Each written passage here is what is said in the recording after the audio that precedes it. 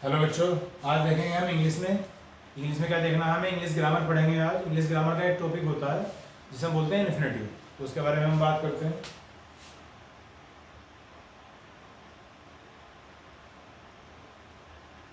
तो English grammar में जो इन्फिनेटिव होता है ये किसे कहा जाता है, उसका क्या यूज़ होता है, और एग्जाम में एक नंबर में आ ही जाता है। तो ध्यान से चलते हैं, सुनते हैं क्या है। तो ग्रामर में जो एक कॉम्बिनेशन होता है कि टू और टू के बाद जो वर्ब की फर्स्ट फॉर्म होती है, इस कॉम्बिनेशन को ग्रामर में इन्फिनेटिव कहा जाता है। कहीं भी अगर ये आ जाए कि टू के बाद वर्ब की फर्स्ट फॉर्म आ रही है तो उस कॉम्बिनेशन को क्या बोलेंगे बच्चों? इन्फिनेटिव बोलेंगे।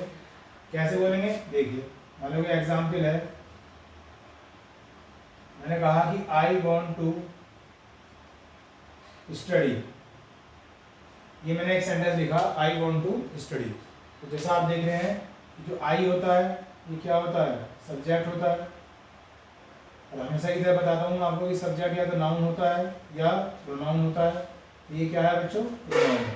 और प्रोनाउन में भी कौन सा है? ये है पर्सनल प्रोनाउन। पर्सनल प्रोनाउन बोलेंगे। और पर्सनल प्रोनाउन का भी हम आगे क्लासिफिकेशन कर सकते हैं इसमें। तो वो कौन सा होता है? वो होता है नॉमिनेटिव। तो अभी तो मैं आपको बता रहा हूँ इन्फिनेटिव, बाकी पार्ट ऑफ स्पीच कर देता हूँ। इसकी छोटा सा सेंटेंस है। उसके बाद जो वॉन्ट है ये क्या है बच्चों? Main verb. एम में लिख दिया मैंने, मेन वर्ब। मेन वर्ब किसे कहा जाता है? पहले पीरियड में बता चुका हूँ मैं आपको। इसकी तीन फॉर्म होती हैं, first form, second form and third form. तो जो वॉन्ट है फर्स्ट फॉर्म है, सेकंड फॉर्म होती है वॉन्टेड, थर्ड फॉर्म भी होती है वॉन्टेड। उसके बाद जो टू है इसे क्या बोलते हैं? प्रीपोजिशन। और जो स्टडी है ये भी मेन वर्ब है, यानी कि इसकी भी तीन फॉर्म हो सकती है। इसका मतलब ये होगा कि इस सेंटेंस में दो मेन वर्ब है, ठीक। और दोनों की दोनों जो मेन वर्ब है किससे जुड़ी हुई हैं? टू से जुड़ी हुई है। तो मेरा टॉपिक क्या है आपका? इन्फिनेटिव है।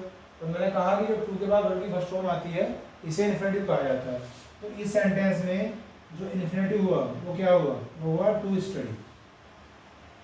अलग अलग बोलना है तो टू को बोलेंगे प्रीपोजिशन और स्टडी को बोलेंगे मेन वर्ब। लेकिन दोनों को अगर आप एक साथ बोलोगे कलेक्टिवली तो आपको क्या बोलना पड़ेगा?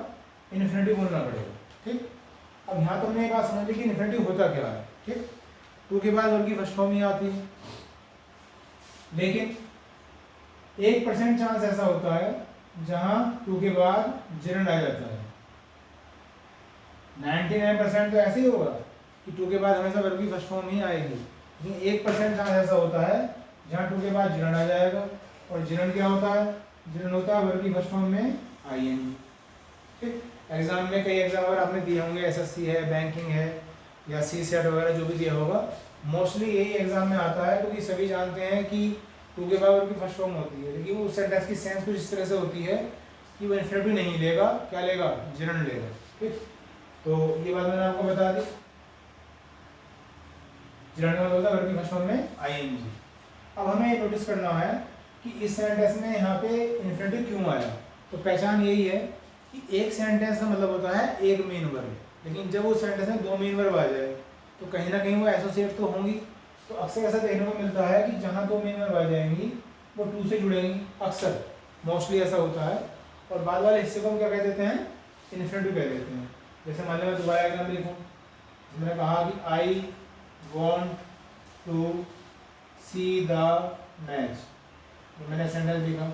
तो नोटिस करने वाली बात क्या है? ये जो वॉन्ट है क्या है? Main verb. और सी भी क्या है? Main verb. देखो आपस में किससे जुड़ी हुई है? ये फिर टू से जुड़ी हुई है। तो जो इन्फिनेटिव वाला केस हुआ वो क्या हुआ? टू सी। इसे आप क्या बोलोगे? इन्फिनेटिव बोलोगे, ठीक। उसके बाद इन्फिनेटिव मैंने आपको बता दिया, लेकिन कुछ ऐसे भी शब्द होते हैं जैसे डेयर है और नीड है। कोई आपसे पूछे कि डेयर और नीड होता क्या है, तो इन्हें सेमी मॉडल्स कहते हैं।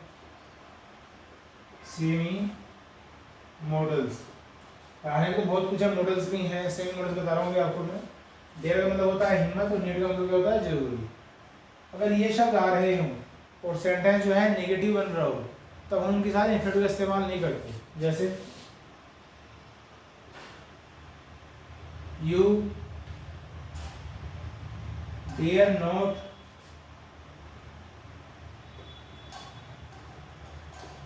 टू टच हिम, ये मैंने एक सेंटेंस लिखा, you dare not to touch him.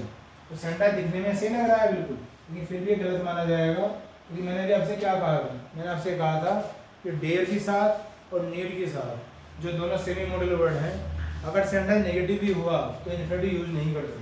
तो यहाँ से मुझे ये नोट हटाना पड़ेगा, सॉरी टू हटाना पड़ेगा। तो कैसे बोलेंगे, you dare not touch him, ये सेंटेंस सही हो जाएगा, क्योंकि पहले वाला जो था वो गलत था। फिर दिखा देता हूँ, यू